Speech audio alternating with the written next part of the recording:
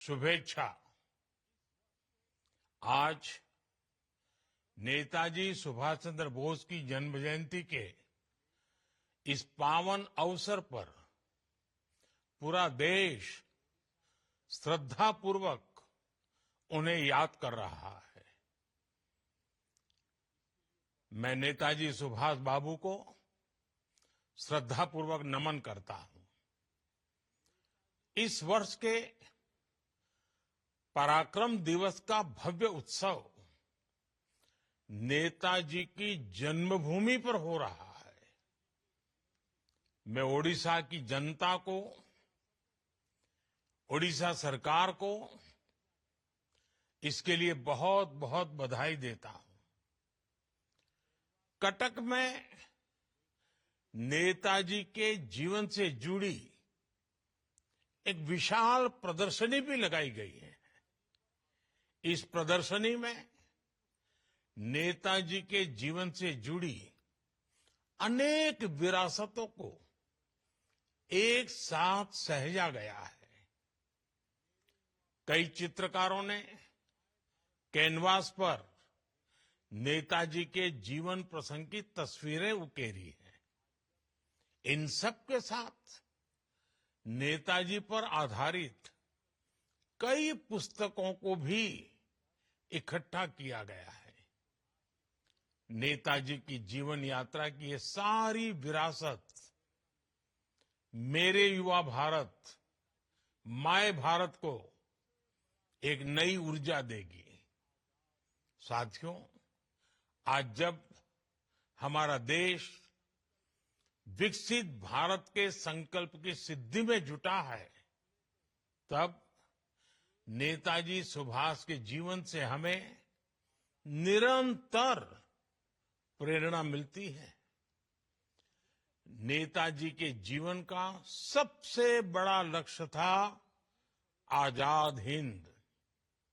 उन्होंने अपने संकल्प की सिद्धि के लिए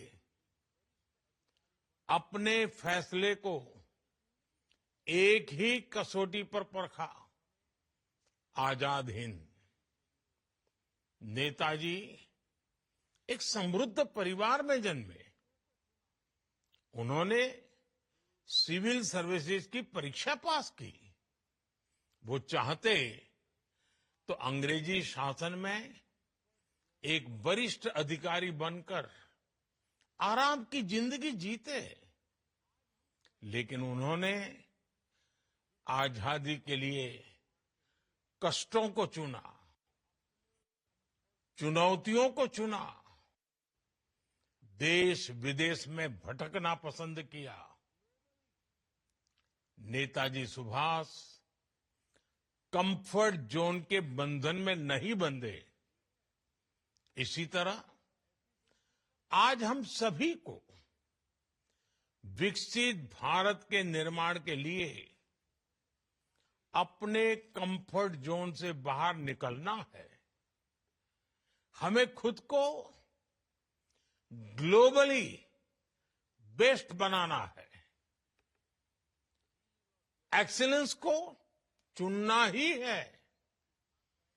एफिशिएंसी पर फोकस करना है। साथियों, नेताजी ने देश की स्वतंत्रता के लिए आजाद हिंद फौज बनाई। इसमें देश के हर क्षेत्र, हर वर्ग के वीर और वीरांगनाएं शामिल थी। सबकी भाषाएं अलग अलग थी, लेकिन भावना एक थी, देश की आजादी। यही एकजुटता आज विकसित भारत के लिए भी बहुत बड़ी सीख है। तब स्वराज के लिए हमें एक होना था।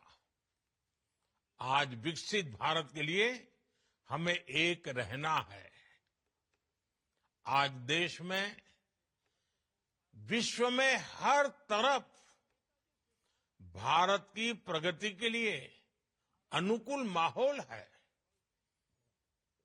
दुनिया भारत की ओर देख रही हैं कि कैसे हम इस 21वीं सदी को भारत की शताब्दी बनाते हैं।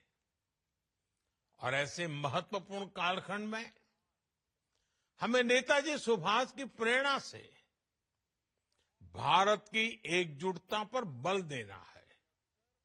हमें उन लोगों से भी सतर्क रहना है जो देश को कमजोर करना चाहते हैं।